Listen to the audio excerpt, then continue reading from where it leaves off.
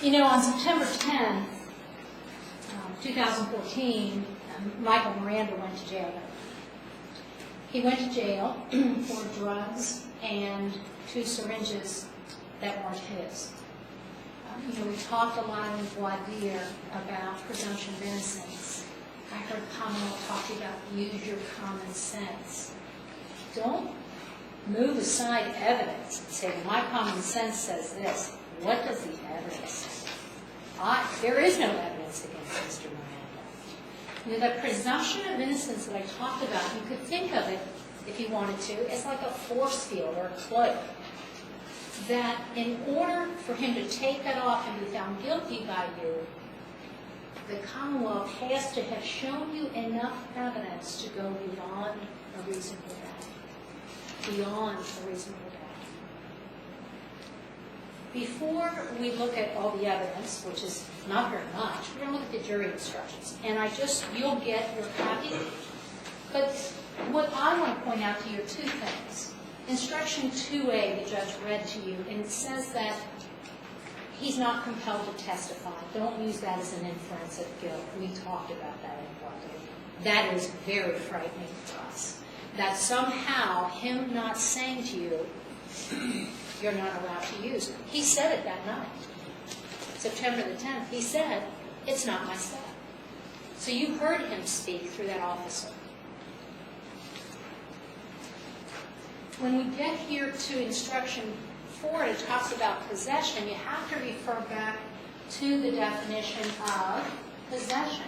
And that's really important. Did he possess it? And so I want to talk about that because that's really everything here, because we know that it was in Campbell County. We know it was on September the 10th, 2014. The only thing that we're arguing about is that he possessed anything. And what is the definition of possession? And it says, means to have actual physical possession or otherwise to exercise actual dominion or control over a tangible object. Now, I want you to think about the evidence that you heard. And if you recall, there was a lot of comments about that bag, that McDonald's bag. It was in the middle, equal distance, equal distance. How do we know it was equal distance? If you have the chance to memorialize something, we memorialize everything else. Twitter, Snapchat, weddings, baptisms, births.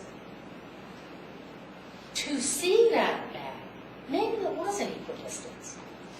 It's 10 till 7, you've got an officer on either side, they switch positions, check in.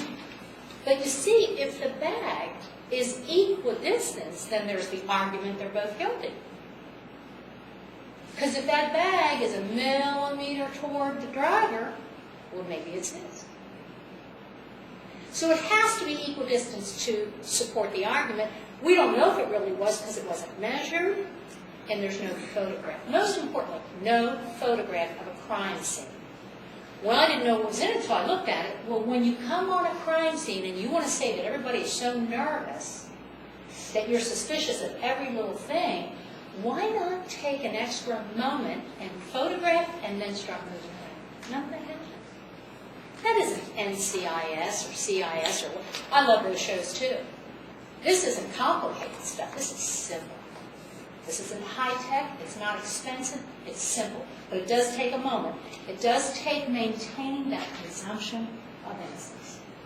It does take you to be objective and level-headed and without bias to collect everything. That's what it takes, and that didn't happen. Now, who should suffer if that doesn't happen?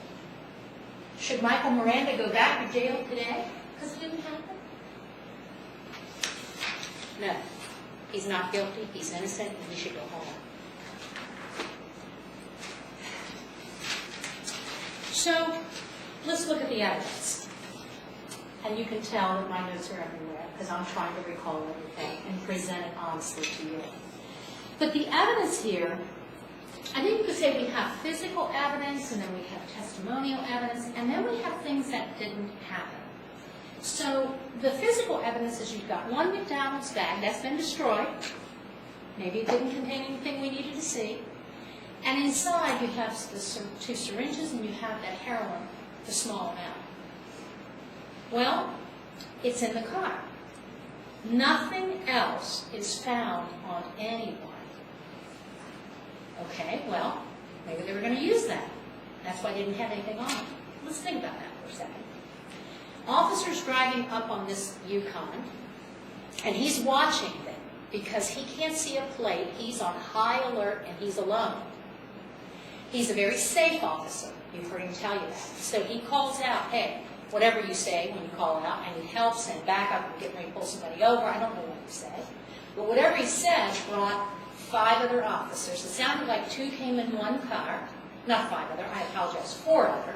So 2 came in one car, and the other 2 perhaps drove separately, we don't know. But they come on the scene. None of them write a report. None of them testify. None of them produce anything to you. But let's take a step back before they come, and the officer is asking for help. What's interesting to me is that officer maybe can't see in that car so easily. But it is daylight, so some of this tinting, you can see decently objects, you can see silhouettes. We heard no testimony that these 2 are scurrying inside that vehicle, hiding stuff. I'm going to tell you what, if my drugs were down the back, I'd be kicking it under the seat. If it's equal distance, if I can get a hold of it, by gosh, it's getting hidden. That's probably a crime too. But that's the truth of, talk about panic, nervousness when a police officer pulls you over. How many people would just be nervous at the idea of an officer pulling them over when nothing is going on? And the nervousness issue, but that's testimonial. So let me stay on the physical. We've got the bag, we've got those items, and we've got the van, or the truck, or whatever it is, Yukon. Green. That is not Mike Miranda's vehicle. He did not drive it, so he never controlled it, possessed it, owned it. It belonged to Mr. Bronson's boss, is what we heard.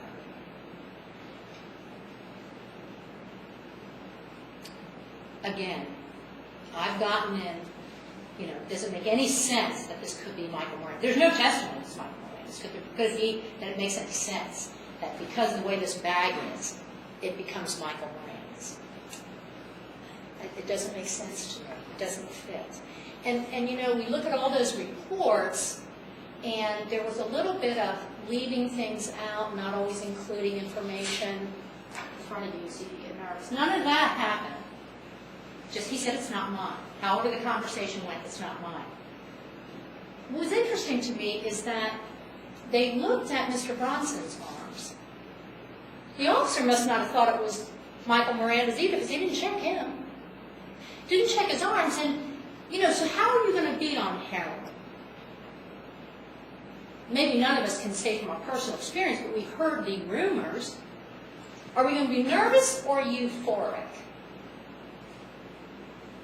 Are we going to be la-di-da? Not nervous about anything? How do you act? I don't know. We didn't hear anything about that, just nervous. So, from there, we go to the police, to the jail. Not sure how much time passed, not sure who transported, even though the officer seemed to think he did.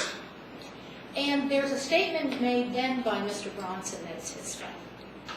Now, if those 2 are transported together, and if I'm in your car and they found drugs and it's not mine, I am on you all the way to jail. Maybe that's why Mr. Bronson thought, you know what, the right thing to do is for me to say, it's mine, it's my stuff. Well, do you mean that once I've typed up a citation, and once I've typed up a Kairos report, and once I've set the sale, because all I have to do is prove probable cause, don't I want everybody to know everything? I'll tell you why it didn't come out, in my opinion. Had that statement come out immediately, maybe the judge sitting in district court hearing a preliminary hearing would not have sent it to the grand jury. Maybe the grand jury, on hearing that, would not have indicted him if they had known that the other guy said something. But here we are. And if you don't think for one second he is frightened out of his mind that he could go to prison when this stuff isn't his. He started out innocent before you. We talked about I had no job to do. Well, a little tongue-in-cheek, I do have a job to do. My job was to show you that they did not prove their case. They did not prove their case. They not only didn't prove it beyond a reasonable doubt, I don't think they got past the first bump. I think there's all doubt that that's an innocent man. He was innocent when he walked in here. He was innocent on September the 10th. He's innocent now. And I ask you to find him not guilty.